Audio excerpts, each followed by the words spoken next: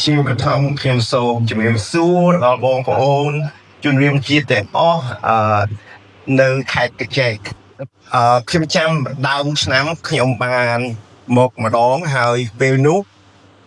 មើលទៅឃើញមួកពណ៌សហើយនឹងខៀវទាំងអស់ឥឡូវថ្ងៃនេះដូចគ្នាមនុស្សកាន់តែច្រើនជាងមុនទៀតខ្ញុំសប្បាយចិត្តមែនតើហើយបងប្អូនដឹងស្រាប់ហើយ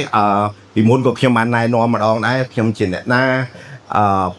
ប្រវត្តិការតស៊ូរបស់ខ្ញុំជាមួយគ្រួសារខ្ញុំជាមួយមិត្តភ័ក្តិដូចបងកៃភិរមដូចឈ្មោះដូចលោកគ្រូសុធនហើយអ្នកបងប្អូនទាំងអស់គ្នានៅកញ្ចេះទោះខ្ញុំមិនស្គាល់មុខមិនស្គាល់ឈ្មោះទាំងអស់មែនក៏ប៉ុន្តែខ្ញុំមានអារម្មណ៍មួយគ្រប់ដួលមែនតើបានស្ដាប់លោកគ្រូសុធននិយាយពីរឿងការតស៊ូរបស់ពួកយើងទាំងអស់គ្នាហើយថាមិត្តភាពក៏បានទោះយើងមិនដែលស្គាល់គ្នាទៅហើយក៏ប៉ុន្តែយើងមានអារម្មណ៍កក់ក្ដៅជាមួយគ្នាដោយសារជំហររបស់យើងម្នាក់លោកគ្រូគាត់ថាគាត់តស៊ូតាំងពី32ឆ្នាំមុនហើយខ្ញុំទោះកាលនោះខ្ញុំនៅសហរដ្ឋអាមេរិកក៏ដោយក៏ប៉ុន្តែក៏ខ្ញុំបានចូលរួមពីចម្ងាយជួយចូលរួមនៅក្នុងការបង្កើតគណៈបកពេលនោះគណៈបកជាតិខ្មែរបន្ទាប់មកគណៈបកសំរងស៊ីបន្ទាប់មកគណៈបកសង្គ្រោះជាតិឆ្លាយទៅជាគណៈបកភ្លើងទៀនឥឡូវមកឆន្ទៈខ្មែរក៏ប៉ុន្តែឈ្មោះអីក៏ដោយអត់សំខាន់យើងគឺជាគ្រួសារតែមួយយើងជាខ្មែរយើងធ្វើដើម្បីខ្មែរហើយមានសារៈសំខាន់មែនតើទោះខ្មែរយើងពេលនោះខ្ញុំទៅដល់នៅអាមេរិកក៏ដោយតែខ្ញុំវិលត្រឡប់មកវិញ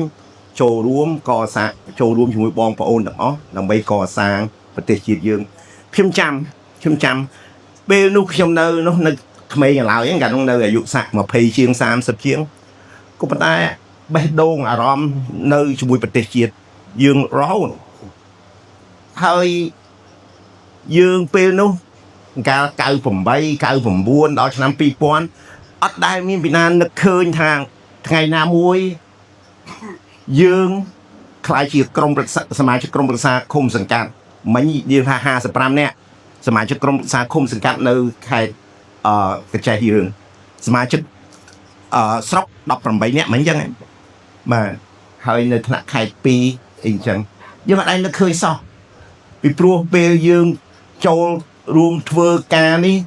គឺយើងដោយសារមនសិការខ្លួនឯងដោយសារសេចក្តីស្នេហាប្រទេសជាតិយើងការស្រឡាញ់ប្រទេសជាតិយើងដោយខ្លួនឯងអត់មានដែលពីណាបខំទេគឺមនសិការឆន្ទៈហើយនឹងការចិត្តចង់ជួយប្រទេសជាតិយើងអានេះជាបេសកកម្មពិសេសមែនតើហើយដោយលោកគ្រូសុធនគាត់ថាអញ្ចឹងមើលទៅពួកយើងសិស្សចាស់អស់ហើយក៏ប៉ុន្តែខ្ញុំសប្បាយចិត្តចាស់នៅដដែលក្មេងតាក់ទាញក្មេងមកចូលរួមថែមទៀតនេះជាការងារល្អមែនតើ